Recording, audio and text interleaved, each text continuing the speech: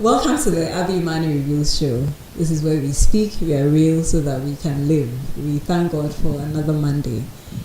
As we do, we'll say a word of prayer and then we'll proceed into our conversations. Our guests are just nicely waiting for it to take off. All right, shall we pray? Father, we thank you very much. We are grateful unto you for your protection, your guidance. Thank you for keeping all of us. We commit the session into your hands.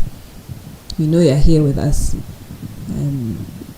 Lead our conversation. Help us, Lord, to touch the areas that will enrich our lives. I pray for my guests that you speak through them. I pray for those who will be listening that each person will hear what you want them to hear. I pray for the equipment, everything that will make the show as you have planned it, Father. We commit into your hands. We thank you that it's going to be a good conversation. In Jesus' name, amen. Amen. Amen. Okay, so as always, we have very important guests, distinguished guests, and this is a couple I've known for a long time. I actually sang at their wedding, and today is also I was just told, is their 10th anniversary. Wow, God is really good. So they are Dr. and Dr. Mrs. Hazel. I'm not going to do the introductions. I'll leave it for them to do, but basically we are chatting with them. So let's say you're watching me catch up with my friends after a number of years. So without saying much, okay, before we go, I just want to remind you, if you haven't subscribed to the Abby Man Reviews Show YouTube channel, just go to YouTube, subscribe, and also share the link with any other person you think will benefit from our discussions. Even now, you can share the link so that they join us. All right, so over to you, Kweku and Cynthia. Who will go first? Or you do the usual ladies first? Yes. All right. Okay. Well, hi everyone. Cynthia Hazel. I born and raised in Ghana, but currently live in Denver with Kweku, my husband. We have 3 young kids. I am a trained public health specialist, or people call me a doctor of public health. My focus areas are community health and behavioral health. What that simply means is looking at how we can design different types of health programs to improve the health of communities at a time. And so behavioral health also has to do with lifestyle adaptations to make sure that, people can change, adopt healthier lifestyles, and, have the goal of living healthier day in, day out. So I'll pause here for Kweku to introduce himself too. Okay. Yeah, absolutely. Thanks, Ruby. So I'm Kweku Hazel. I was also born and raised in Ghana. I left Ghana right after SS, and I've been in the US since. I currently am a surgeon by training. I'm a physician. I'm also in Colorado with Cynthia, and I'm an assistant professor of surgery over in Colorado. My specialty is metabolic surgery, so I deal with surgical weight loss. I treat the disease of obesity and its related co-morbidities, so any other downstream effects of obesity are treated with my technique or our surgical approach. Cynthia and I also have 3 kids. They are all young, and they definitely keep us busy, and so we are excited to be here on the Abby Mandy Show and to be able to have this wonderful conversation. Thank you. So let me just say that this is not their first time on the show. If you recall, they both came on during the COVID time, after the lockdown, when the vaccine started rolling in, and all of us were, not sure whether to take or not. They both came to explain to us how it works, and it was meant to help us make informed decisions. And I want to believe that it actually did that, at least for me. It did. So thank you for coming again. Absolutely. Thanks for having us. Yes. Like I said, it's catching up. So, Yes. Absolutely. So let's start with your anniversary. How has marriage been? You know, especially out there with your jobs. You told us about your professional backgrounds, and I know that you're doing a lot from our conversations. So how are you juggling that with your children and other aspects of your lives? Yeah. Yeah. You know, I can start. I think it's been 10 years since we got married, and right after our wedding, which was in Ghana, we both Where I sang at. Yes, where we had the beautiful song. Yep, I still remember. Miss Imani over Do here. you know what I really enjoyed? Your dance. It was so heartfelt. I was watching it and I was like, oh. It was a John Legend's song. Yes. I loved it. Yeah. Sorry. Yes. That's Wonderful memories. Yes. So right after we moved, and we really started our lives together. Then that was the first time that we were really in the same location for a long distance, you know, or for a long period of time. So we ended up really going through phases.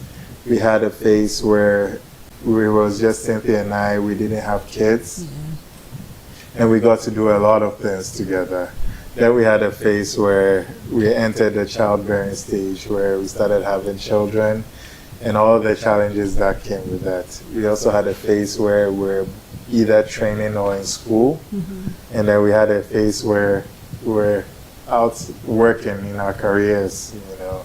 And so all of those stages over the last 10 years has made it a very active 10 years. I feel like at least every 2 years during that 10-year period, we went to a major phase or shift in our marriage. And so it's been a lot of adjustments, a lot of working together, a lot of struggles, but you know, you've been able to, by God's grace, get through all of that. And here we are now at 10 years. But it's been a 10 years of different phases, different adjustments, and it's been worth it. Absolutely. I'm actually curious to know some of the ways you've managed to adjust in some of the phases. But I'll let Cynthia go, and then you can talk a bit more. Both of you can talk a bit more about some of the strategies for those of us coming up. Yeah, no, absolutely. You kind of said it all in terms of like it's been, you know, different phases, navigating different successes, you know, challenges, triumphs, failures through these past 10 years. I think for us, we had a period break where it was just the two of us because most people might not know this, but Kweku and I also dated long distance for about 2 years before we got married. And so during the 2 years, we spent time together maybe a total of about 4 times, where he was either in Ghana or I was in the US visiting. And so we wanted to prioritize redating, right? After marriage, we wanted time to really get to know each other, really understand each other. Yes, and so we did have like a period where we wanted to just focus on us. And so that's exactly what we did. Traveling together, you know, learning. And I remember, was it 2 years into our marriage, we were kind of just talking about the first few months of living together, and I didn't know this at that time, but we had like a pet peeve about opening a toothpaste and, you know, squeezing it from the bottom versus like squeezing it in the middle. Wow. And then I was like, I was the squeeze in the middle, wherever you get. And then he was like, you have to squeeze from the bottom, kind of, you know. And that's mine too. Yeah, bottom person is very important. He would always have to wasting the toothpaste. Exactly. And the tube is looking so starving. So you know, kind of find the tube of toothpaste kind of squeeze in the middle, and it was so funny because then I really began to realize, man, we were raised very differently, and I mean, this wasn't like a big point of contention or anything, but it kind of made us both laugh and appreciate how differently we've been raised and how being intentional about, bringing our lifestyles together to find common values and things that we both want is more important for moving a relationship. So there was really nothing like, this is how I do my thing, I have to stick to it. This is how I do my thing, I have to stick to it. We'll laugh over some of the differences and saying, hey, I adopted some of how he did his things, and then vice versa, and then we just kind of move things along. But that's kind of, I would say the biggest thing was, giving ourselves some time to really grow together in the marriage. I think it really set a good foundation, for us to focus on each other, really understand each other. And when kids came in, I guess we had probably rehearsed a lot of stressful situations, and so I knew he was a lot more predictable to me, how he would handle certain stresses, and he knew how I would handle certain stresses because we had kind of gone through that without a lot of external influence. And so I feel that really kind of helped us in setting a good foundation for how we communicated, solved problems and things like that. So in conversation before the show, you mentioned the importance of post-marital counseling. You said you did it for a year. Yes. Do you think that also contributed to? Absolutely. Yeah. Okay. Yeah, before, our situation was a bit unique where I was living in the US and Cynthia was in Ghana when we were dating. So we tried some premarital counseling, long distance over like Zoom or something similar. I think it was Skype at that time. Yeah, that's true. It was difficult because the time difference made it really hard.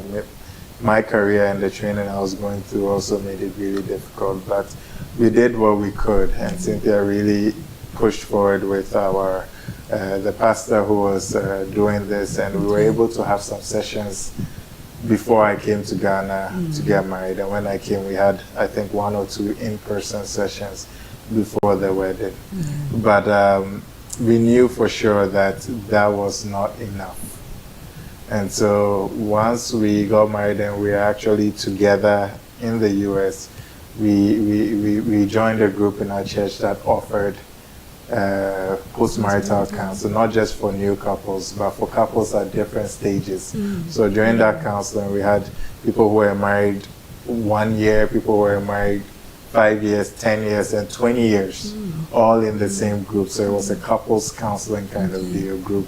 And we got to interact and share their struggles. So we married for just a few months. We're learning about struggles people were having at 5 years, 10 years, 2 years, 20 years. We got the cheat sheet. Exactly. And they were being honest with it, and for us it was very eye-opening, and they were giving us perspective.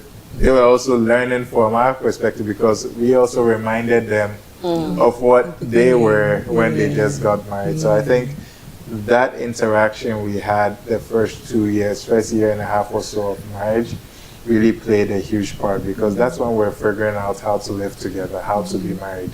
That's when we had to learn how to have conflict resolution, which is always difficult, how to adjust to each other's lifestyle, all of those things. And having that counseling or that group of people to be able to glean information from was very key to figuring out some of those problems. Great. I'm excited to hear that because, again, like we were talking before, it seems like people's concept of marriage and the life after is very different now. Yes. It's all about fantasy. People are thinking of social media, having 1,000 bridesmaids and groomsmen so that they can take pictures and wear, this corset thing that is now trending, and it's all about the day. Forgetting the life after. Right. Yeah. So now there's a high rate of divorce. So I'm glad to hear this, and I'm hoping that somehow things will change in the future. The day is important. It's hopefully one day in your life that you do this, but more importantly, you have to work for the day after. Yeah. You know, that's really, you're on your own usually After then. that, And yeah. you have to learn to figure out. I think when we're getting married, one of the advice we got is that your marriage really starts even before the wedding. How you as a couple present yourself leading up to the wedding kind of helps define your marriage. How you present your united front and all of that, you know, your focus, how you work together, that is important. I think we got that advice from our premarital counselor also. I think one of the biggest things I learned from him was really being each other's cheerleader, and that no matter what happens, you look out for each other. It's not a competition. Yes, you're both share successes, you share failures, you share everything, and you look out for each other.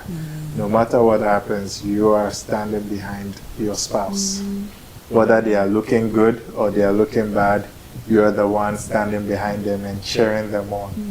You know, so I think that was a really big thing that we learned, and very early in our marriage we tried to do that, where we really try to push each other no matter what. You know, the world is difficult, and sometimes you get beat down, and having that cheerleader in your back who's pushing you no matter what happens is really good to have. And then I think the other thing was being able to keep to tackle a lot of your issues as a couple.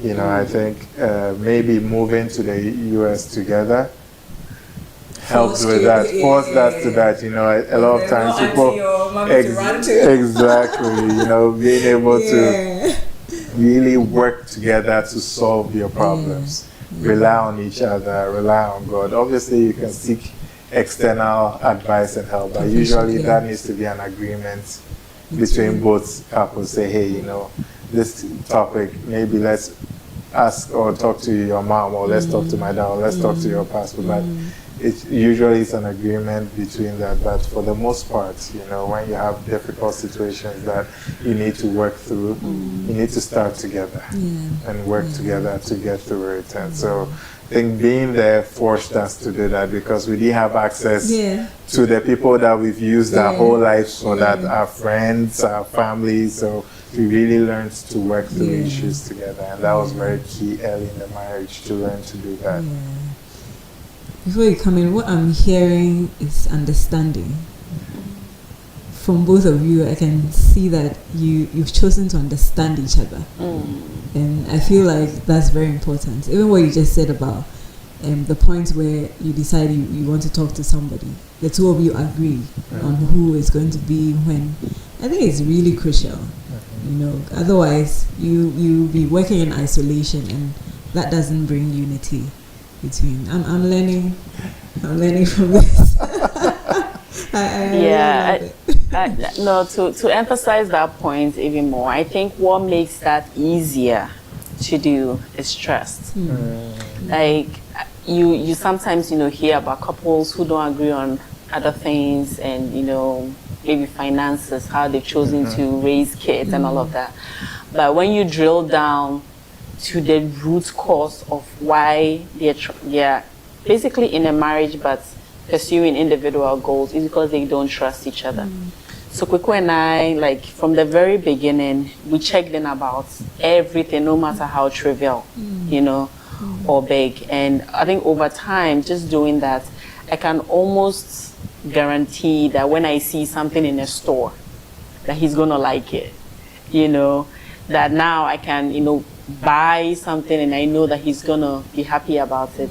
If I pick something, I'm like, no, this is not, he's not going to really like this. I know, because for a very long time we checked in, talked about, you know, what he likes, what he doesn't like. He trusts my judgment, I trust my judgment, I trust his judgment, to the point that I feel we are getting to, you know, that level where we can choose, you know, for each other, even when we don't get the opportunity. Because the truth of the matter is, you are not going to have the opportunity to check in about everything as you're growing. Like when it's just the two of you, it's easier. But once you have kids, let's say I go to my kid's school and I have a situation. He might be at work. I need to make a decision right there, but I need to think about, what would he like me to do in this situation? Or what would something that would reinforce our values together as a couple in that particular situation? And really the foundation of all of that is trust. One of the advice that we also got from our counselor when we were, doing premarital counseling around finding married, or they laughed. They were like, wait, what? Like, about that, yeah, why would you do that? I need to keep my own. So what if I need to give money to my mom and he doesn't agree? Or what if I want to buy shoes? And so, but the question is really like, why wouldn't he agree in the first place? Like, and so for me, like, it doesn't, for both of us, right? It doesn't matter who is bringing how much, or we both use the same cards. It's just everything into one pot, and then we use our finances to, get what we need to advance, our family. And I think that if you can trust, be able to have, full control over your resources that you contribute to, there's going to be a lot of things that are going to hold back, because for most young people, that is probably where we treasure a lot of things. That we treasure is the resources we are able to bring around being able to do whatever we want with our resources. To have somebody else have equal control over that as us brings a lot of people discomfort. But if you can get to things that you can overcome too. Yeah. Sorry. To add to that, I think when Cynthia and I were getting married, we're both independent people. I was living alone. I'd been living alone for over a decade, taking care of myself, and I had a source of income on my own, and I'd been making my own financial decisions since I was 17 years old on my own, and Cynthia was living and working in Ghana, was making her own financial decisions, had her own source of income and her own career. And so when we got married as two different professionals with our independence, being able to merge that took a lot of communication.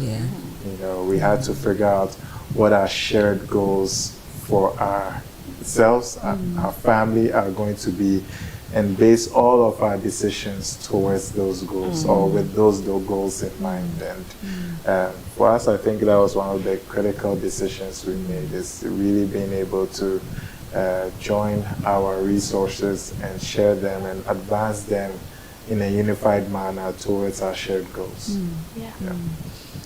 So apart from trust, do you think personality also has a role to play?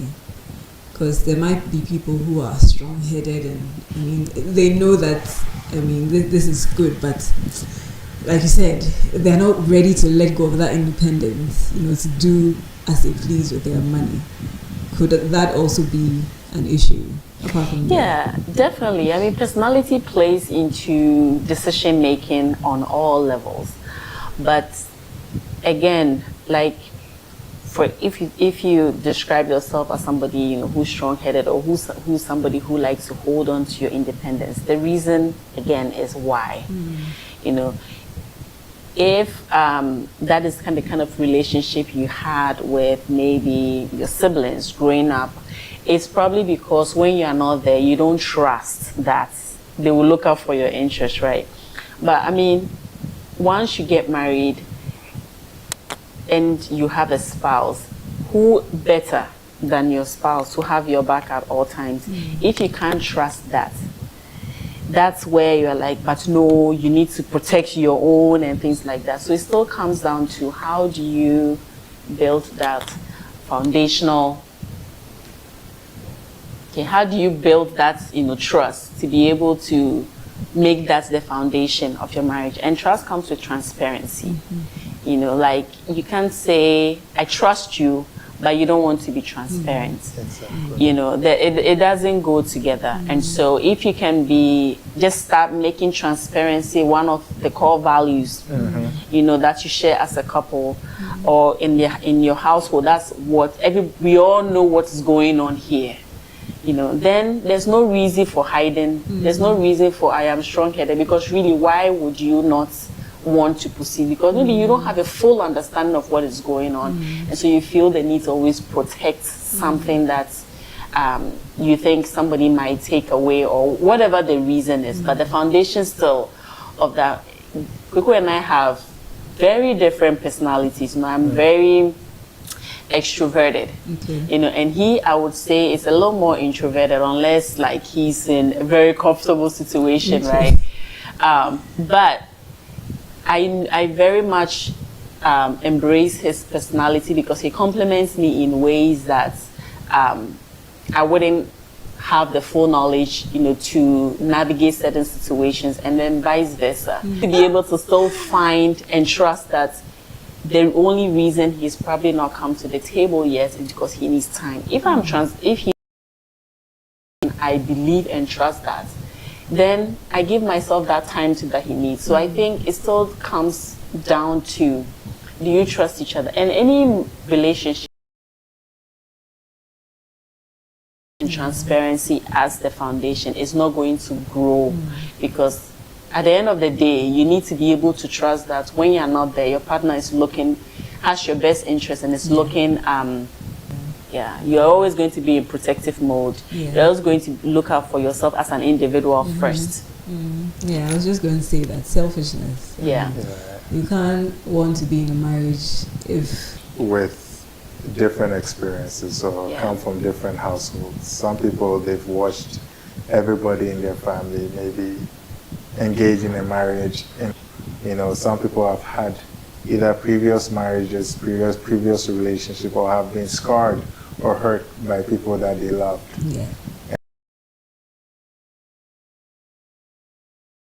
That's what makes us human.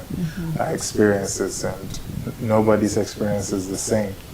And so coming in, you have to understand that there's multiple we have, and a lot of it has to do with whatever experiences or what the people around them have had. My experience, this is really, but everybody comes from different backgrounds, different situations, and like Cynthia is saying, so long as you agree and you trust and you're transparent and you make a decision for yourself as a couple, that is most important. But we have to figure out, you know. But this is one thing that we worked on very early and has really benefited our marriage. And the other side is so liberal. Like, I mean, let's use the money. I mean, life we is need short. this. Life is short, right? YOLO. Frustrated, you know, because there are times when it's almost like they're going to go hungry. You're not sure how the future is going to be like. You know, then have some money aside, not necessarily telling the other person, just in case, you know, they get to that. What you're saying, I mean, sometimes the dynamics in the relationship also make some couples resort to certain decisions that might not necessarily be. The key is, you know, one person being frugal, that's how you come into marriage, but your identity changes at marriage. So the real question for that couple is, what is your joint identity? You have to put in the work to figure out that. One comes in frugal, one can, but you all have to adjust, because truly, I mean, at the wedding, you say the two shall become one. So if you are telling me one is this way, one is this way, once you are married, I'm not interested in those two. I need to understand what your joint identity is. And when you figure out your joint identity as a couple, as a family, that is where you make your decisions moving forward. And at that point, as your joint identity, if you choose to keep money here or save money here or whatever, that's fine. But it has to be your joint. It can't be, oh, this one is this way, this one is this way. So I'm making decisions with individual identities. And so, I like that. Joint identity. Very important. Very great. So both of you are health professionals. I was saying. How have you it's fit into your life, so to speak, and then yeah. So I am I don't health, and like I said, my niche really is health equity research. I do some program planning, program design, program development, program implementation. Communities that we that depend on maybe public design programs or government programs. That my doctorate, which was I graduated in 2019. I worked for a research consultancy where I did a lot of health equity research. And so with that, I had a very typical 9-to-5 job. You know, at that time I had an 11-month or a 19-month-old son. And so my day was, you know, drop him at daycare, go to work, get to work by 8, I'm there till 5, pick him before 6, head home, make dinner, and that was it. But that also became very routine for me. I'm the kind of person that gets very bored with routine very quickly. And just so, like yes, almost immediately I started looking for ways to branch out, ways to, you know, add different things to my life. But when we got married, Kweku was knee deep in community health education, you know, where we lived. He supported a lot of different community groups, church groups, who wanted some health education about different health topics. And so he used to get invited. He would go do like presentations, answer a lot of questions, equip the community with you know, knowledge, tools, and then repeat, you know, throughout the year. That's what he would do. And so around that time, I lived and worked in Ghana. I was doing maternal health work. I was traveling around. Yeah. Was it Motec, right? Yes, Motec. Yeah. So I was traveling abroad, Axim, you know, doing one of the travels I went with you. Yes, to help with the focus group discussion. Right. Yes. And so I would say I came with a more defined public health background, and I brought that to the work that he was doing. So really, that was my escape. Match made in heaven. Yes, that was my escape. Whenever I got bored with my, you know, work routine, we had this, and it was just the way we had chosen to give back to our community. Just go out there, interact with the community, help answer some health questions that they had. And so, fast forward, I've when COVID hit, this kind of a side project, voluntary work that we were doing really blew up, right? Because a lot of the community members that we were working with circled back, you know, wanting to know more about COVID, how they could protect themselves and their families. And then we started hosting these types of online education sessions. Sometimes we'll have like over 100 people join with questions and all of that. Yeah, and so it was just the two of you. Just the two of us. Oh wow! And guess what? At that time, we had a 6-month-old. Yes. And so you joined the conversation. Yes, there were times I would be breastfeeding and zooming at the same time. Sometimes he's like sneaking away to go do diaper changes, coming back, and it was crazy and fun at the same time. But we leaned into it, and so now what I do at my work is I decided to work on that full time, like design basically a public health organization that is focused on health literacy, because I think what COVID also revealed to us is that it wasn't just about people not having information. There were 3 different gaps that we figured. People had a hard time with the ability to find information. And so people go online and they are like inundated with this massive amount of information, and they had a hard time figuring out what is true and what is not. That was one. The second gap is when they were able to figure out what is true information, they didn't know how to use it. And so I know this is the information, but what does that mean for me and my family? That was the second one. And then third, how that information translated to lifestyle change.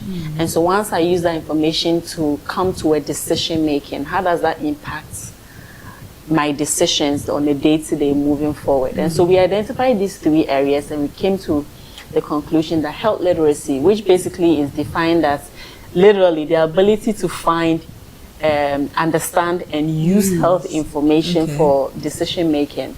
We realized that that was like a big gap. And so now what our public health organization does is to really hone in on health literacy.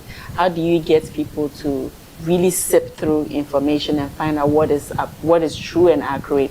How does that information help them in terms of how do they understand that information, what it means for them, and how are they able to use that information to inform their health decisions moving forward? So that's really like the scope of the work that I do now. That's a big job, huh? Wow, because it's almost like tailoring things to each person. Right, Yeah. right. Wow. But with public health, you have the community lens, right? And so if you look at, for example, the Black immigrants in this city, what are some of the differences when it comes to the ability to use information, or how do they really understand health information as presented to them? Or you can look at maybe young women in church, because then you also have the religious angle. How do they, and you also look at the autonomy angle, because they are not making their own food, they're not cooking their own, somebody's cooking for them. But when they are presented with the information, how are they able to use that within their limited autonomy, right? You can also look at so different groups and how you tailor health literacy programs, you know, to help them have more control over their health and their lives. Cool. Yeah. Nice. Yeah, so for me, I went to my path was medicine and healthcare. So at a young age, I got interested through exposure from my mom, who was a clinical pharmacist at that time, and also my grandfather, who fell sick and I took care of. Got interested in biology and medicine. Through years of education, I really honed in on the fact that I wanted to be a physician. I enjoy taking care of people. I enjoy making people feel better, and so You didn't pass out of the size of blood. no, I embraced it actually, and I really leaned into the fact. I also enjoyed the science of medicine. You know, I enjoyed learning about how things work and discovering and adding to knowledge. And so I went through that route. I was fortunate enough to be able to do that in the United States, and studied, went to medical school there. And during that time, through some exposure over at Police Hospital, I think I got to shadow a surgeon there called Dr. Zach. I also got interested in surgery. I think the first time I saw a case, I was just blown away, and I was like, that is what I want to do. And so I pursued that career, and again, I was fortunate to be able to do that also in the US, where I trained as a general surgeon, and I subspecialized in metabolic or bariatric surgery. And that subspecialty came out of my interaction with the disease of obesity. You know, I have family members that struggle with that disease. A lot of people in the communities that I lived in when I was in the US also struggled with that community, especially people in low-income communities or people of color in the US struggled with the disease of obesity. And so all of that drew my passion of being able to have a skill set that could treat that disease that was impacting a lot of people I loved.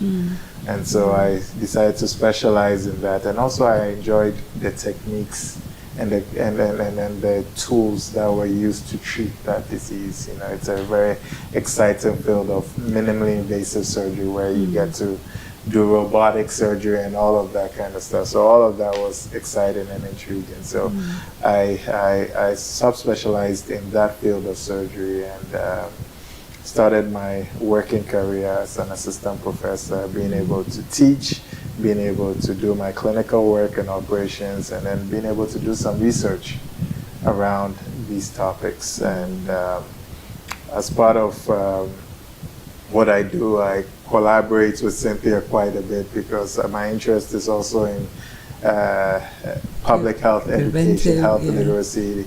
A lot of the impact in treating the disease of obesity comes with prevention. For me, I can treat one person at a time, but with the public health techniques, you can treat a whole community at a time.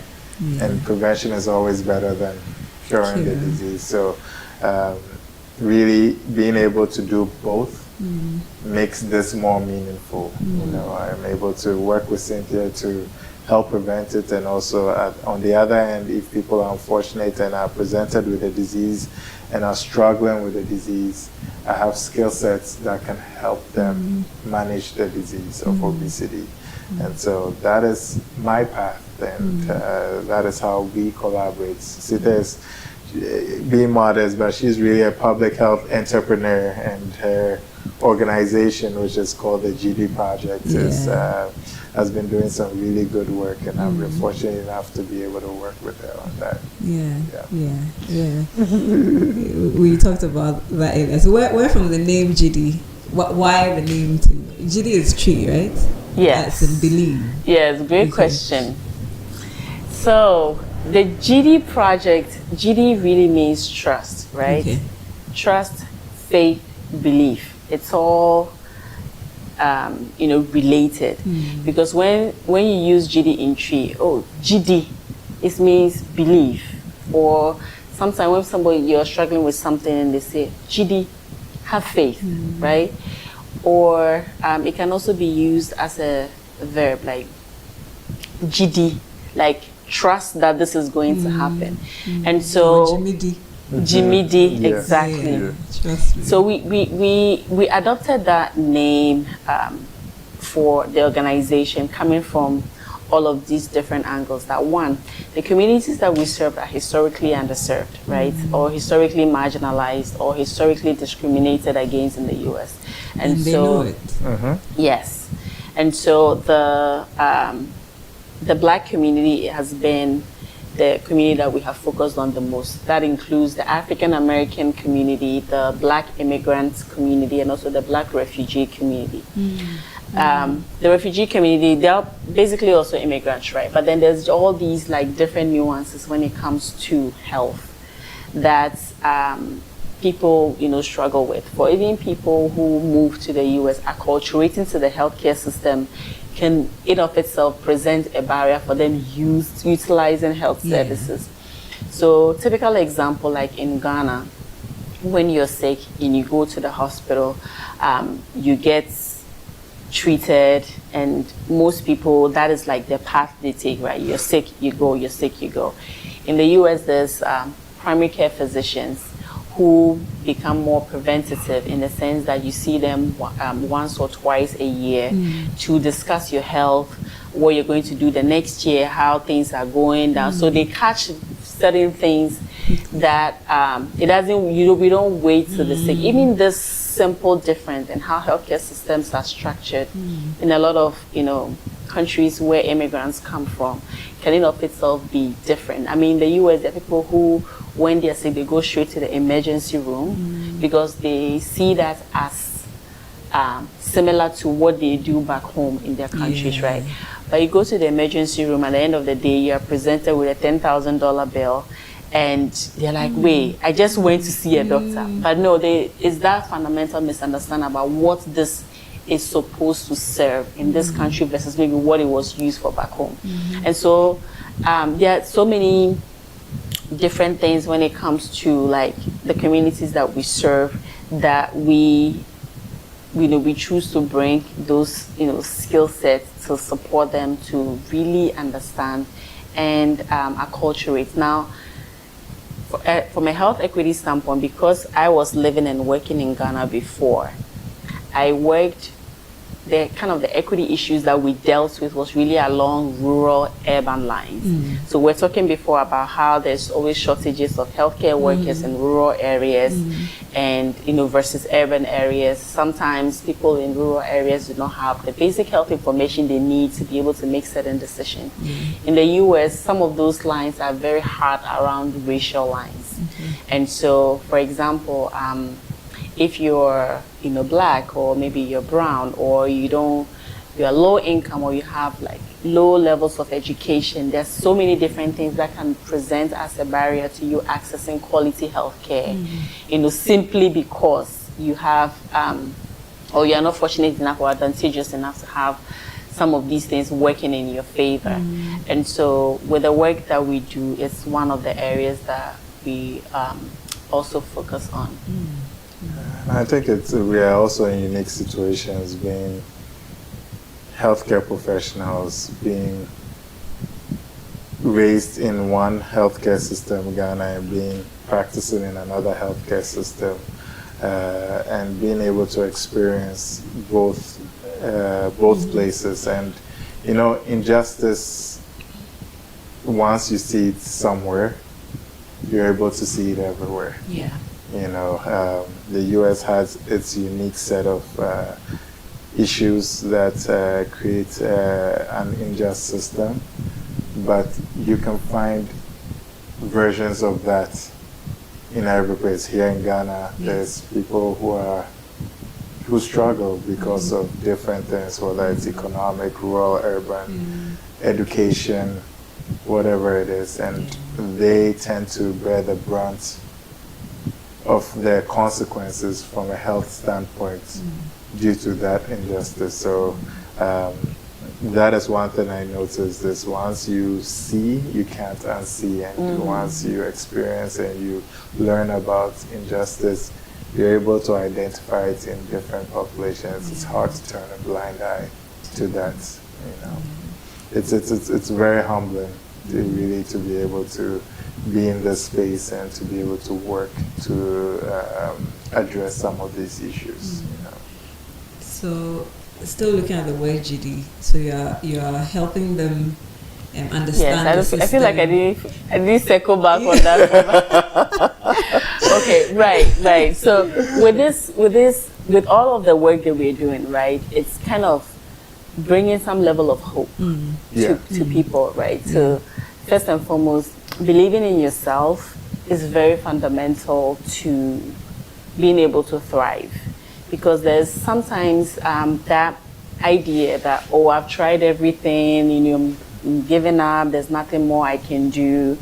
But what also some people understand, or they see that making health changes or like living healthier is this big thing that is unattainable.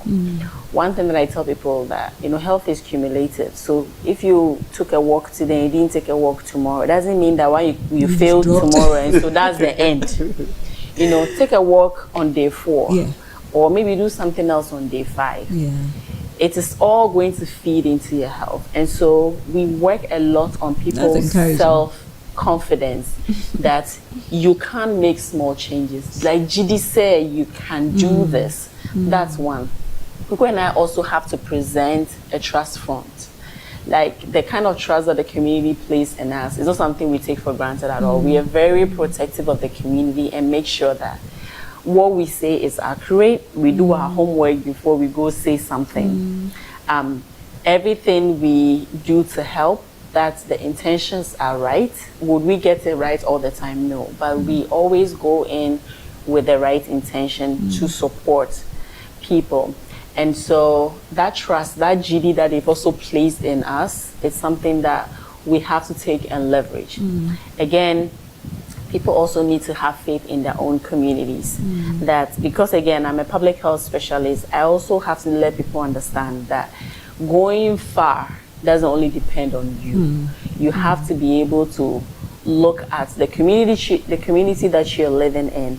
If you decide to keep your house clean, everything is nice, but your community, everybody's throwing trash, once they get sick, you're also going to get sick. And so having that mindset that we have to do this together and we have to trust each other to be able to live healthy. It's not only an individual goal, but it also has to be a community goal. And so kind of thinking through all of this, we adopted the name, you know, the GD project, because we know that fundamentally at the individual level, at the community level, and also at the professional level, that there's a lot of faith, belief, and trust that comes with supporting people to achieve health goals that should be attainable for them to achieve. So I've circled back. Full circle. Full circle now. Thank you so much. All right, so we'll go on to talk about obesity. Okay. Again, in our prior conversation, we're talking about, so we'll focus on Ghana. Okay. We'll start from here. And then the whole mindset that if you are too slim, then it means that you are probably sick or you're going through some difficulty. Yeah. You know, we associate weight gain with affluence and a good life, but luxury, exactly. But I mean, as professionals, we know that it comes with all the adverse health effects. Can you tell us a bit about obesity? Yes. So, first of all, obesity is not a choice. It's not because somebody's maybe sitting on the couch and not getting up and all of that, or just eating too much. It is a disease, like hypertension or diabetes. You know, this is the first I'm hearing it from this angle. Yes, obesity is a disease. In the past, we treated it like a lifestyle or a choice. And because of that, obesity has been rising exponentially across the world or the globe. And we are learning more and more that we need to treat it as a disease, just like addiction also. And a lot of time and effort and research is now being pumped into treating obesity as a disease. So obesity is defined as a body mass index, which is a ratio of your height and weight greater than the number 30. That's the official definition. It's not a perfect definition of obesity, but it gives us a sense as to your chance of getting obesity-related co-morbidities. You know, does that mean everybody who is below 30 is healthy? No. Does that mean everybody above a BMI of 30 is unhealthy, in the sense has a lot of diabetes or hypertension? No. You know, so it's not a perfect definition, but it's the best way to kind of get an idea of what your risk of being obese are going to be. In Ghana, about 25% of our population is either overweight, which is a BMI of 25 to 30. They're either overweight or obese, that is 30 and above. So in Ghana, that is the rates we're dealing with. Amongst children, that is almost 20%. And these numbers are on the increase. This is not how Ghana was 10, 20, 30 years ago. And so the numbers are on the rise, and this is a global phenomenon. It's on the rise everywhere. We are hailing from a country with the highest rates of obesity in the world, which is the United States. But a lot of the things that increased obesity in the United States are now spreading across the world. You know, the Western lifestyle, you know, sedentary, high-calorie lifestyle. And so with obesity, once you have it and it stays a chronic disease, once it stays for a while, you develop obesity-related diseases. One of the first being hypertension and diabetes, which are very consequential. Hypertension has high blood pressure, can cause strokes and heart disease, heart attacks, can cause infertility, can cause a lot of things, you know. The next you can have is diabetes, which also has the same issues, where you can have a lot of comorbidities with that. You can have a risk of heart disease, kidney disease, and all of that. High cholesterol is another one. Sleep apnea, where you're not able to breathe well when you're sleeping. It can cause a lot of daytime sleepiness and also some serious heart and lung issues if it stays for a long time. Arthritis, you know, some people, their weight is high, but they are very healthy. They don't have any of these issues. They are very fortunate. But by the time they're in their 50s or 60s, they can't walk. Why? Because the chronic weight on their joints and their bones for a long time degrades it, and then they get very bad arthritis, sometimes leading to knee replacement, hip replacements, and back surgeries and all of that. And so arthritis, osteoarthritis is another thing. There's a whole list. Even female infertility can be due to obesity and obesity-related issues, and losing weight can reverse that. And so all of these things are aspects of obesity and long-term sequelae of obesity. When you're able to treat the disease of obesity, your lifetime risk of mortality can reduce by almost 40%. So that's how healthy you become. In all these things, you can cure diabetes, you can cure hypertension, or just come off all your medications. You can cure your sleep apnea. You can help slow or reverse some of the osteoarthritis. Infertility can be reversed completely. So all these are benefits of treating obesity. So obesity really can be treated in a variety of ways. Diet and exercise is what people hear about all the time. Once your BMI goes above 40, less than 1% of people can lose the weight back to a healthy weight with diet and exercise. Another thing is medications. There are some new medications that have come out in the US. They are called GLP-1 agonists, and they really are also semaglutides, and they are really good at reducing people's weight. They take away hunger, and they have other effects, and they're really good. They are some of the best medications for obesity now.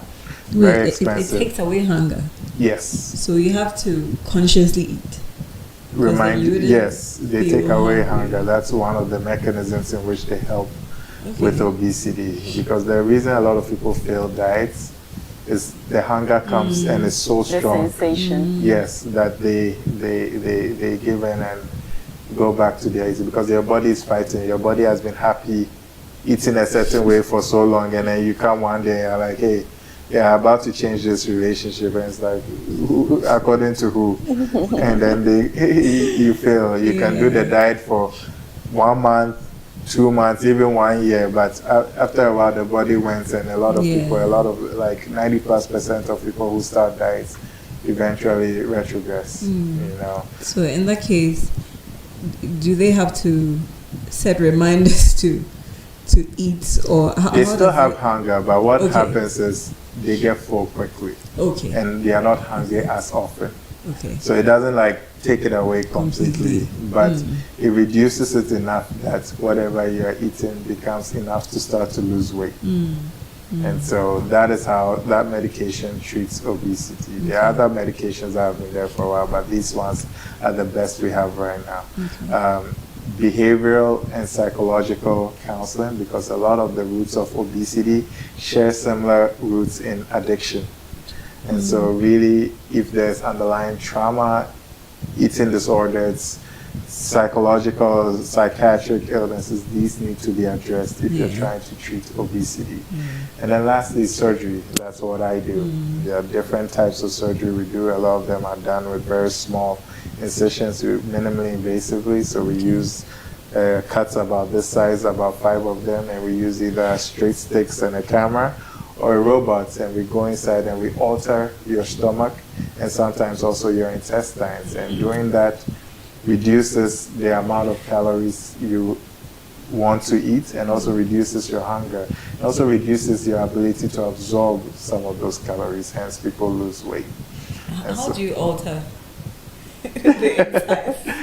So we can make the stomach smaller by cutting it and making it smaller. And then with the intestines, we can cut and reconnect it in such a way that the food you eat and your digestive juices, they meet further down. And so you don't absorb as much. We bypass a bunch of your intestines, so you're not absorbing as many of the calories. So when you eat, you absorb maybe half of the calories you would have absorbed if we didn't alter your anatomy. And so surgery is typically deferred for people who are struggling with the worst kind of obesity. They have a lot of co-morbidities like hypertension, diabetes, and all of that, or their BMIs are about 40. Those are the people who surgery is beneficial for.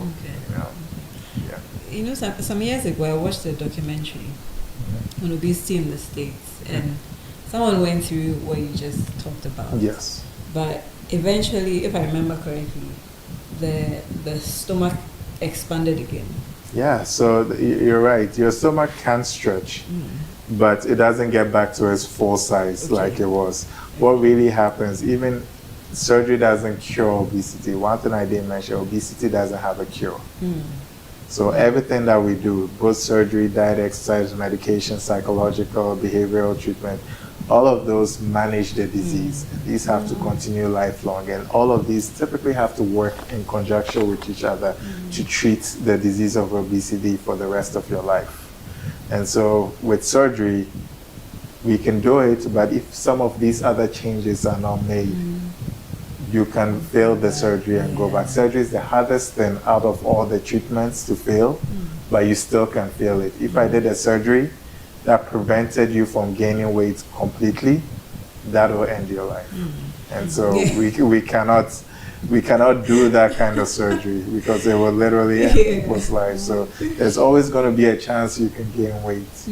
And so that's where all these other treatments come hand in hand with surgery to be able to ensure that this disease is treated successfully the rest of your life. Yeah, and quickly, I'm going to also add about, I know you've shared this in the past about how people sometimes readjust and eat smaller meals throughout the day versus the...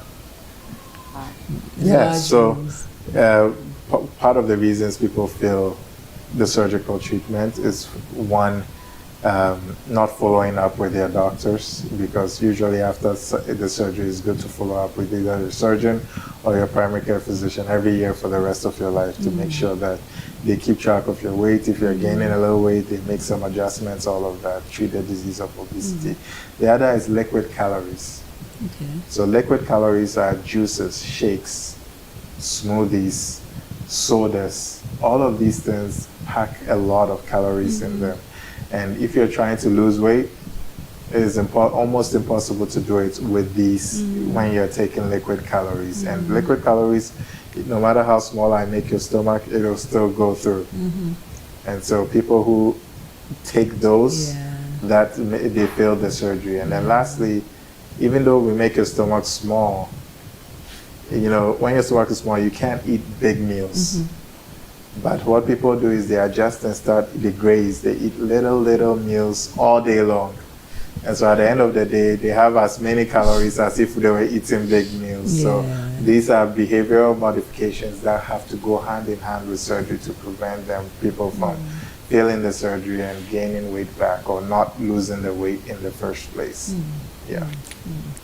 So we'll talk about the prevention that won't kill you. That's where Cynthia will come in. But before that, we mentioned childhood obesity. Yes. Which, so childhood obesity is growing in the US and worldwide, and also in Ghana. I told you overweight obese children are 19%, almost 20% of the population. About 30% of children between the age of 0 and 23 months have had a sweet or sugary drink or eat unhealthy food. And so the introduction of a lot of sweet, sugary foods into us, highly processed foods and drinks and snacks, is what is really increasing childhood obesity, coupled with a more sedentary lifestyle for children, where TVs, tablets, gadgets, and all of that are causing them to be like this instead of like this. Around, you know, and so that combination of factors is shooting childhood obesity up worldwide. And so what can be done? You talked about the treatment.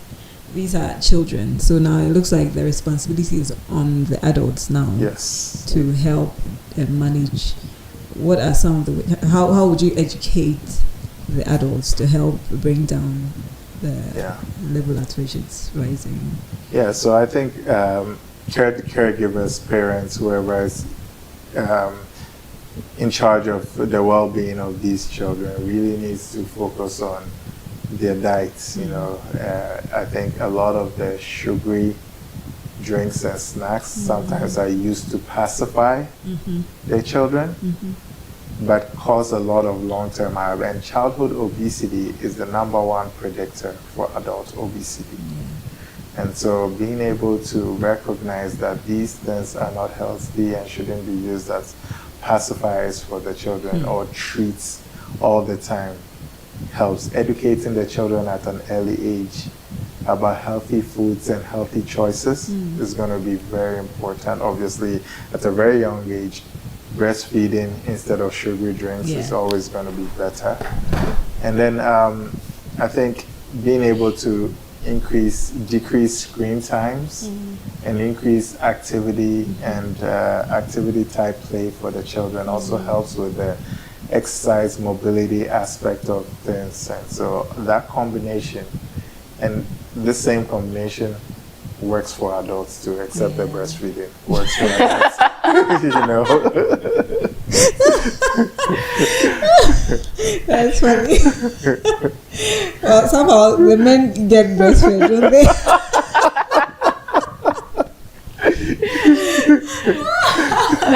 I hope no one comes to beat me. I know. That's why I had to put that there so that nobody takes it and runs with it. Right. But it's rather unfortunate. Gone are those days when, you know, a lot of our houses didn't have walls like we do now. So you go to your neighbors, you go to the park, you play. I mean, I grew up, my mom was a nurse then, so we're in the flats, and we have, one of the blocks was our playground. After school, we all converge there, do all kinds of games, up to all kinds of mischief, you know, climbing trees, and, you know, all that helped to keep us healthy. But now, like you said, kids are immobile. Yeah. And they sit, well, not all of them have cars, but some, how do I say it? Some of them, sit in the car, go to school, sit in school, come back in the car, come home, gadget. I know. And one thing I've noticed is here in the US, here in Ghana, obesity is more of a disease of the economically disadvantaged. Advantage, sorry. Economically advantaged, so the wealthy or the well-to-do are those who struggle most with the disease of obesity. In the US, on the other hand, it's the disease of the economically disadvantaged or the people who are quote-unquote poor, you know. And so that is an interesting take. And another thing is, in Ghana, a lot of people attribute obesity or weight gain to the oils. There's a lot of fear of oil. Hey, don't add too much oil. Let me put the oil. You know, the oil is the problem. You know, if I don't eat as much oil, if we take the oil off, it will be better. The oil contributes a little bit. The biggest factor to obesity is the carbs. The rice. The size of the rice mountain. The number of rice bowls. the bread. The white bread a lot. The size. That's the nicest one too. You know, I know. Hot out of the butter. But that's the one that's killing you softly, you know. Everything in moderation, obviously, you have to understand. Sugar. Sugar. Sugar in drinks, sugar in juices, sugar in shakes, sugar in Hausa cocoa. Hausa cocoa? Yeah. I mean the sugar that's served added to it. Okay. You know, I went to buy some recently. The woman was just going, and until I said stop, she would have kept going. Yeah. You know, a lot of sugar. On average, a man is only supposed to have 30 grams of sugar a day, maximum. A woman, about 25 grams of sugar. You know, but a lot of times, one drink can have about 40 grams of sugar in that drink. So the rest of your day, you've already gone above your sugar. So all the diabetes, kidney disease and stuff that is happening, it's a result of this long term. So being able to really know what is in the food you're eating. So watching the carbs especially and the sugars, those are the two things I think that are contributing the most to obesity in this country. It's carbs and sugar. The starches, the breads, the rices, and how big of them that you eat, how much of it that you eat. And talking about the differences between here and there, here, like you said, it's the affluent who struggle with obesity. Because I think one of the reasons because we attribute going to fast food joints and to some prestigious lifestyle. If I'm able to go and buy Burger King, and it means that hey, I'm rich. Meanwhile, like you said, and I noticed it when I was out there. One morning, there was a woman with a child, and she was giving the child pizza. Yeah. I mean, I was like, wow, this is sad. Yeah, I think they taste good, but we don't understand the implications of these foods. They are very highly processed and high caloric. Yeah. And so in the US, healthy people are moving to farm to table, eating off the land. Yeah. In Ghana, wealthy people are moving away from the land and towards processed food. Processed foods really are the bane because they are so calorie dense. That they really, it's way more calories than most people need. And at the end of the day, if you eat more calories than you burn, you're going to gain weight. Yeah. If you eat about the same calories that you burn, you maintain your weight. And if you eat less calories than you burn, you lose weight. Yeah. Men in general burn more calories than women because their metabolism is a bit higher because of their muscle mass. And then women are also smaller. So, and after childbirth, their metabolism slows down. So in general, when I meet couples, I always tell the woman, in most cases, you should be eating a lot less than your male counterpart. Both of you should eat healthy, but if you're eating the same as a spouse who has more muscle and is taller than you, you're going to have a hard time with weight. Yeah. Interesting. Okay. We come to the public health expert. Yeah. Yes.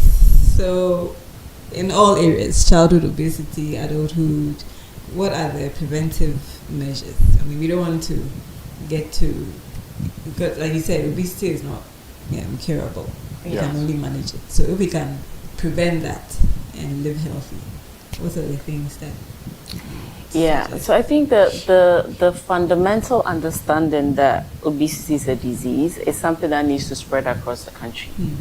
Because I think that will take away the stigma and the shaming piece, in this culture, or in the Ghanaian culture, we don't have as much of that, stigma and shaming because, again, if you're big, you're associated with, you're living well, you're eating well, you have a healthier lifestyle. Right. But I think people also become very much aware when, for example, like a young man who's in their 40s just had a stroke or a heart attack, or somebody who's young is on dialysis or having these types of issues. At that time, it's become a bit too late, to intervene. So for me, the big thing that the big angle that we always come from is people just need to have the accurate information to really understand the choices they are making. If you know and you still choose, then at least you are also prepared for the consequence, right? But I think where it becomes a little dicey is when people have the wrong information that, oh, this is good for me, and then they're doing it, and then they find out later that, oh, this was actually bad for me. And so I think 2 years ago when we were visiting, we traveled to the Akosombo area, and my mind was just blown by the number of packs of sugary drinks that were outside of small grocery stores, because even growing up, it was mainly, I don't want to mention any brand here, but then it was usually maybe orange soda or cola that you saw, right? But now you're seeing apple soda, this soda, that, so many different varieties. And those times too, I don't know about your time, but it was mostly Christmas and special occasions. Exactly, special occasions.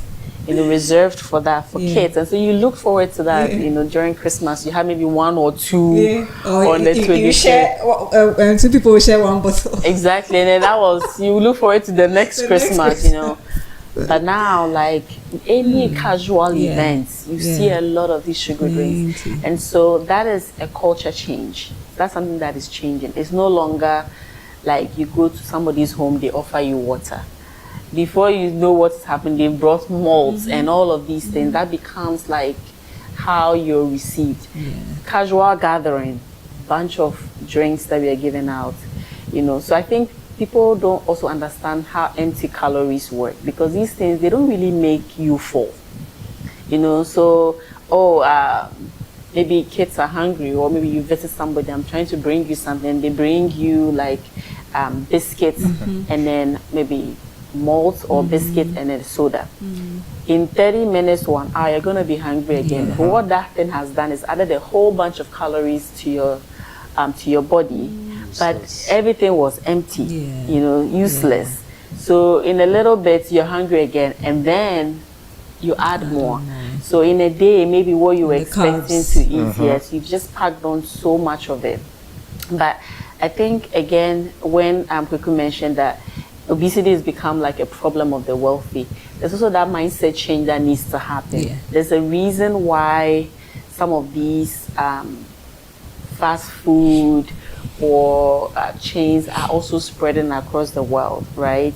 Because where they originated, the sentiment is changing. You know, people are trying to go back to healthier means of eating. That's something that we've been blessed with. We don't have the processing power that some of these countries have. Instead of focusing on like healthy foods, buying just fruits and vegetables from the market and cooking it, it's become like, oh, because I'm rich, I want to buy canned foods, processed foods, maybe the cornflakes, the corned beef. Then that's what is showing that, you know, I have like a wealthier lifestyle, whatnot. And so that mindset change also needs to happen. That's the fundamental thing. And then kids, like we said, it's never too early to educate kids about, you know, what is healthy and what is not. Like constantly telling them that this is bad for you. They're going to remember that when you are not there, they're not going to make those types of choices. But if they drink it in front of you and it's fine, they go here, somebody gives it them, it's fine, and that becomes their choice. Even when there's like healthier food available, that's what they usually go for. And so from a preventative standpoint, I think there needs to be a lot of education. And also, I'll say from a policy standpoint, maybe the regulatory bodies in Ghana, they need to do better, you know, because the influx of these drinks and processed foods that we all know that it's not good, you know, for the populace, those shouldn't be allowed, you know. And then accurate nutritional labeling, because in the US, they let you, it is mandatory to put the nutritional information of your products at the back. I know this is a big literacy gap, even in the US. Like one of the things that we do, we teach people to understand. So what does this mean? So when you see added sugars, 40 grams, what does that mean? You see like a small bottle of soda, and then at the back, 40 grams of sugar. Like pour that 40 grams and see, you know, to really understand. But in Ghana, that is not like a consistent policy. And so there are some products you pick, all you see is made in, or just the ingredients. Or just the ingredients, no, right? There's really no regulatory body to say that people must know how much of it. And another trick to some of these labeling things is also the serving per bottle or the serving per can. So sometimes you see something small like this, but the serving is 3, which means that truly 3 people should be sharing that, but only you had that bottle, you finished it. But even more consequential is that whatever nutritional information is, they multiply everything by 3 to get the full picture of the nutritional information you have. So all of this is not something that we consistently implement in Ghana, and that can be one of the reasons that people are, you know, struggling with really identifying what is healthy, or maybe just completely oblivious that this product or this food presented to me is not very healthy for me. I'm thinking of lifestyle now, and again we're talking about it. Waking up early, going through traffic, going to drop the kids, come back late, homework. there's barely time for the extra things, Yeah. including planning like meals so that you can have healthy. So people find it easier to just call, order, Pizza. delivery. Check. Yeah, quickly pick, and sometimes they even eat in the car. How would you advise us in these times? What can we do? Has something got to give? Yeah. Yeah, that's a great question. I think if you do not make time, right, for anything, that you would make the easiest, simplest decision as you move along.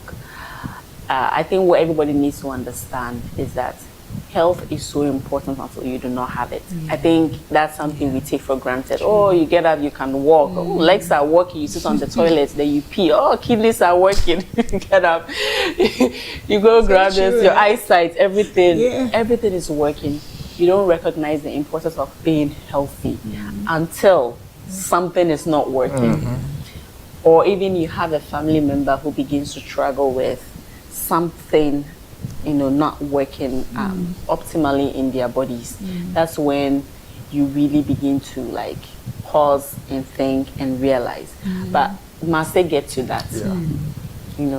Must you have a friend whose kidneys have failed, due to some issues? Yes. Or must you have a friend who's just gone through a hypertensive stroke and is immobile, or somebody passed away in their 40s that said they had a heart disease, or they were struggling with an unregulated hypertension or something like that. It doesn't have to come to that.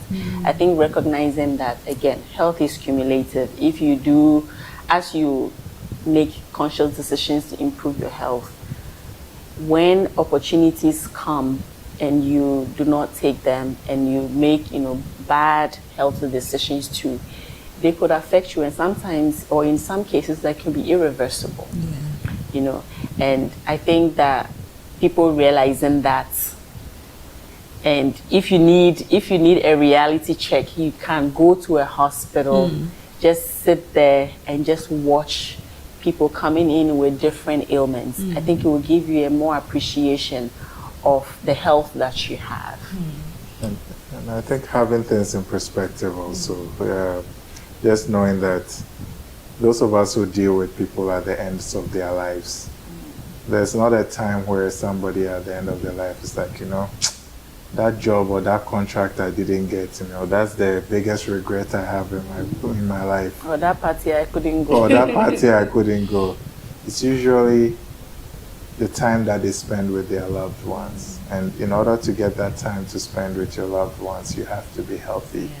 And a lot of the reasons why we are not healthy is because we are chasing all of these other things that at the end of your life, you're not even going to care about.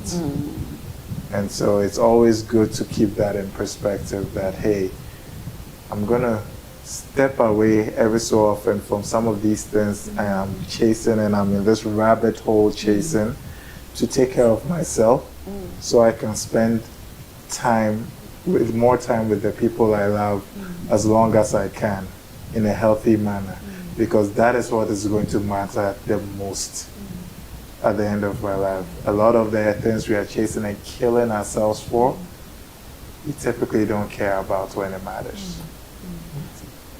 So practically, you live in the States. You talked about the beginning of your career. You had your 19-month-old child. You're doing 8 to 5.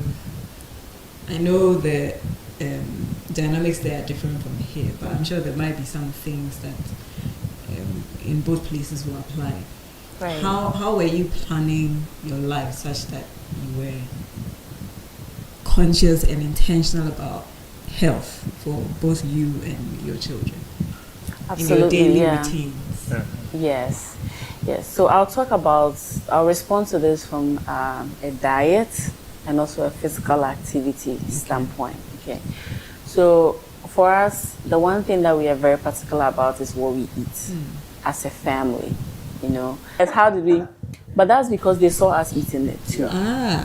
You know, so there's Leadership by really, example. Yep. yeah, there's really no way you can expect your kids to eat healthier if you do You are not do that. You're chewing pizza and then you're giving them. Exactly. Yes, it's not going to No happen. way. And so we try to incorporate some of these meals into our own diets, and then we introduce the kids. I mean, it's not going to be a one and done. Sometimes they'll spit it out, but we don't give up. You know, we always let them try. Sometimes we convince them with a reward after if they eat this and things like that. Then eventually they begin to like it, and then they are the ones even requesting, can you give me this, can you give me that? So that's one thing. But to be able to do that, we have to be intentional about planning. You know, so what we are going to eat, yes, is some of the conversations we have very often.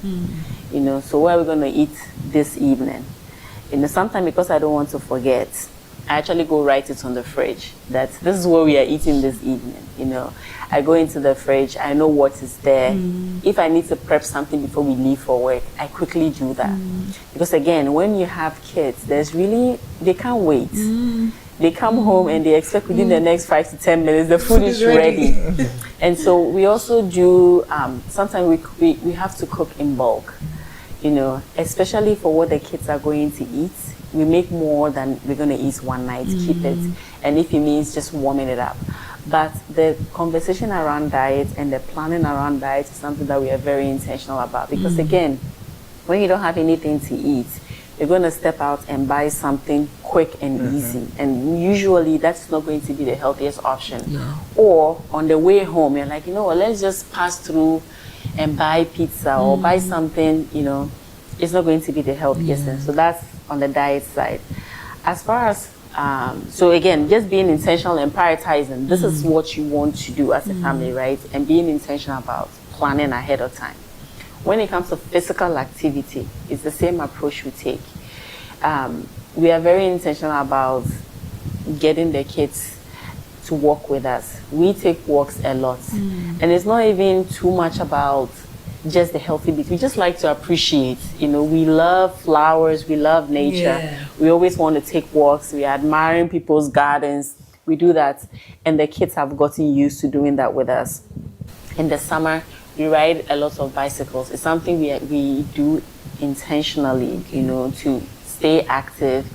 And even in Ghana, you have very similar weather throughout the year, which is a big blessing. In the US, there's a good period of maybe 5 to 6 months or so where there's just winter. There's really not a lot of things to do outside, unless, of course, you ski and do all of these winter sports, right?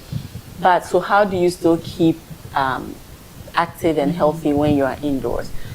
There's aerobic things you can watch on TV, you know, dancing. Like we dance with our kids a lot. Watching Afrobeats videos on TV, and then just they have all these choreography. You know, Dance God Lloyd, right? It's my son's favorite artist, by the way. But we watch these things, Dance God Lloyd or somebody like choreographing songs, and then we try to follow and then just learn it. You know, these are all ways we keep, you know, active when we don't have the opportunity to be outside. And so again, is this important to you? What do you need to do? You have to prioritize, because if you also want to spread yourself thin, you're not going to have time to do anything else. And you know, so the social determinants of health are important, like where you live, the food you eat, the air you breathe, all of these play a part in your health. And even coming to Ghana, we try to walk, but it's not everybody who has the opportunity to walk in a neighborhood that is safe to walk. Even the space, the sidewalk, especially in Ghana. So that's where Cynthia, the policy comes into place. How you design your streets, the neighborhoods, and all that to promote safe walking. You know, if every day you are walking, it's a decision between life and death, of being hit by a tipper truck or something, or inhaling all the fumes. Then you have to make a decision as to, is it worth it? Should I just sit in my car and go to work? It's safer like that long term for me than trying to walk on these streets every day and risk being hit a auto pedestrian injury, which is very high in Ghana. You know. Yeah, so I mean, also add to that, one of the things that we also teach in GD, right, at the GD project, you have to be able to look at your surroundings and make the smallest change you can. Because usually, this is the kind of excuse people rely on. Oh, look at me, look at where I live. Effort to, so how about skipping? Yes. You know, how Even about the aerobics you talked about? Exactly. Yes. the Lots of dancing. YouTube Yes. videos. And sometimes I'm not saying like people just want to be helpless. They don't know. It's something they haven't thought about. And then usually when you give them these options, like, oh, true. How about skipping? How about maybe taking your kids and doing playing and pay, or even teaching them. Now kids don't even play and pay in school. You have no idea. I used to be able to jump, like, you know, so teaching them something different. Yeah. All is being Always intentional about physical Fine. activity, because if you do not, guess what? They come home, they pick the tablet, their eyes are fixated, you can't get, you know, them off, and that is easier for you. Yeah, they're out of your way, they're doing their own thing, then you also do their own thing. But really, what is the goal? Yeah. You know, you have to think about the broader goal. And if your goal is to have a healthy family, you have to be more intentional about some of these decisions. And you know, with the diet part, salt and sugar are quite taste. So one of the things that we have to One do of our resource persons is coming. with salt and sugar, they are definitely important. So we reduce the amount of salt and the amount of sugar and train ourselves to adjust to those tastes. Yes. The more you eat, the more you tolerate. Yes. With salt, if you eat a lot, you eat a normal salt diet and you're like, there's nothing No in salt here. in it. If you eat low salt, you eat a normal salt and you're like, this is too salty. The same with sugar. Yeah. This is, if you are trained to eat a lot of sugar, you're always demanding more sugar. But if you gradually force yourself to eat low sugar diets, anytime you drink something that has a lot of sugar, you're like, too sweet, I can't do this. So those are some of the things we train ourselves and also the kids with when it comes to diets. It's really true. I went off sugar because I saw my mom do it. I wasn't even thinking about the health benefits. I was like, let me challenge myself. Come sit here. Hello. Come sit. I want to say hello. Hi. You're welcome. Might as well join us then. And just like you were saying, because for a long time, so I started with tea, tea bag, and then with the other beverages, like, you know, it already had sugar. So with that one, what I did was I wouldn't add sugar to it. I'll just take just a Milo. But even with that, over time, there was more sugar than cocoa powder, so I stopped. Then with cereals, I stopped doing that, and it's an acquired taste. Yeah. At the beginning, it tastes bland, but after a while, you actually start enjoying it. So now, when I take sugary stuff, like even normal level sugar, like you said, it tastes too sugary. I'm like, it's too much, you know. Yeah. So the way we train our palates, that's how we eat. Yep. I was going to. Oh, there was something I was going to talk about. It's escaped me now, but yeah, I mean, it's a big issue that has to be taken seriously. Yeah. I mean, otherwise the generations coming out, especially since now everything is online. Yeah. Right. I mean, if we are not intentional about curbing it, I don't know how the next 10 years are going to be like. You will have people barely going anywhere. Yeah. Right. Having all kinds of serious illnesses. Yeah. And I know we'll be wrapping up soon, but I just want to get this in too. It's something it also has to be a family effort. You know, it has to be a family effort. And so parents, aunties, uncles, like when you are adopting a new lifestyle that is, you know, healthy and working for you, getting people around you to do it too It's how you're going to maintain it Yeah. for a long time. Yeah. You know, like I said before, concerted effort. yes. If your house is clean and all your neighbors are throwing trash, you will also get sick. And so thinking about everybody, the people closest to you first, as you're adopting some of these lifestyles it's a very good way to keep each other accountable and adopt a new culture for your family, for your community in that way. And it helps motivate you.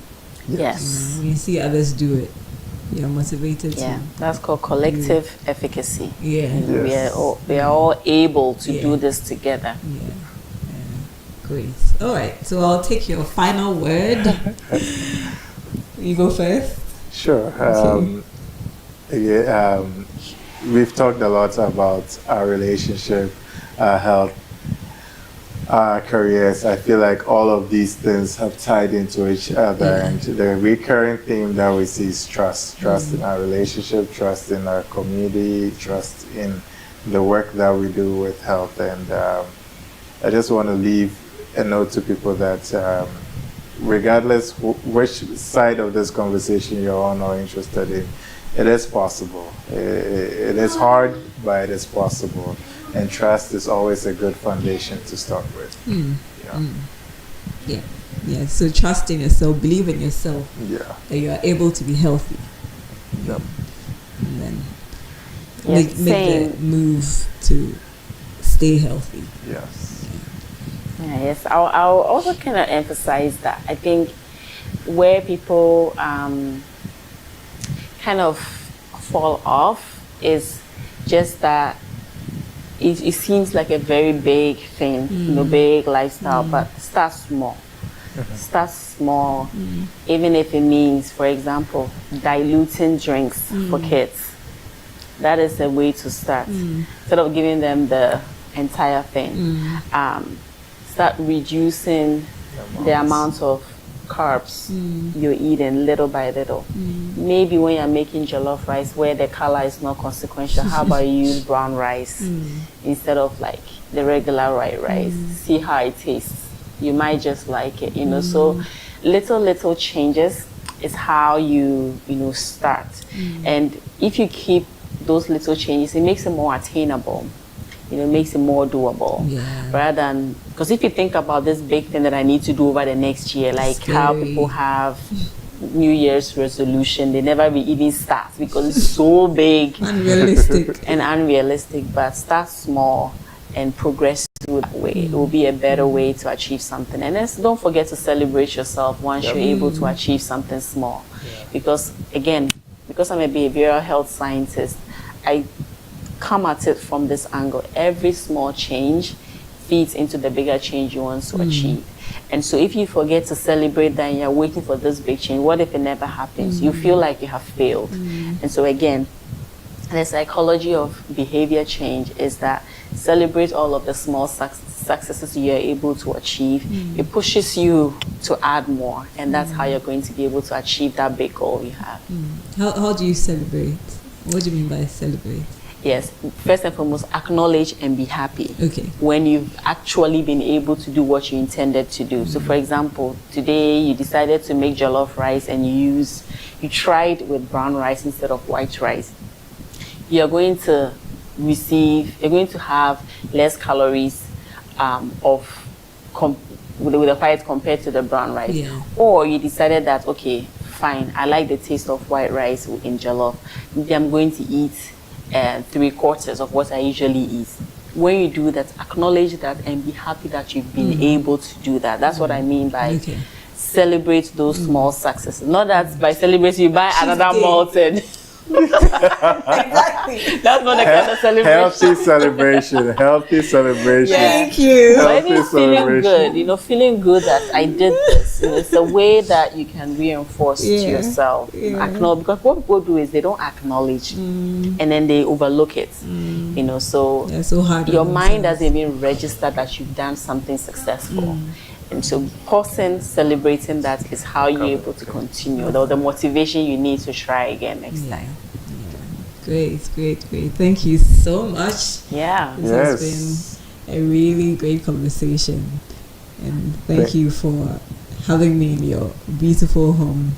to talk about, first of all, your life, your marriage, and then your work and how it's impacting lives and how we can also stay healthy. So thank you all so much too for coming, our audience. I believe that you've also heard a lot and been educated. Yeah. How do I say it? You're health literate now when it comes to better than before. It's not ultimate. You've learned something new, hopefully. So once again, Dr. and Dr. Mrs. Hazel, it's been nice spending time with you. Thanks for having us, Abby.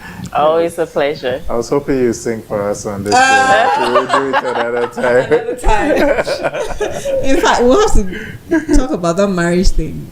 So let me tell you, we almost changed today's topic because of something that came up earlier to do with marriage, and it's a real issue. So who knows? I'll call you again. Okay. So we talk about that. Thank you so much for coming. This has been the Abby Imani Real Show, where we speak, we are real so that we can live. Again, I want to remind you, if you haven't subscribed, go to the YouTube channel, type in Abby Imani Reveals Show, subscribe, and also share the link with anyone who will benefit from our discussions. So we'll say a quick word of prayer in closing. Shall we pray?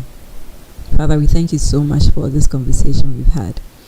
It's your wish that we prosper and be in good health. We ask, oh God, that you help us to make the changes that we need to make. Help us not to be lazy. Help us to be intentional, because our bodies are your temple as well. So we need to take good care of them. So grant us the wisdom, grant us the grace to do all the things we need to do to keep ourselves healthy, emotionally, spiritually, psychologically, physically, in every way. Thank you for the lives of Dr. and Dr. Mrs. Hazel. Thank you for the work they are doing with the communities, the impact they are making. We continue to ask for wisdom and strength and guidance for them to do even better. Protect them, their family, keep them together. Continue to strengthen their marriage even as they celebrate their 10th anniversary. Thank you so much for bringing them this far. We trust you for even more years, more fruitful, more productive years as a couple and as a family. We thank you in Jesus' name. Amen. So God willing, we'll see you next week. Bye.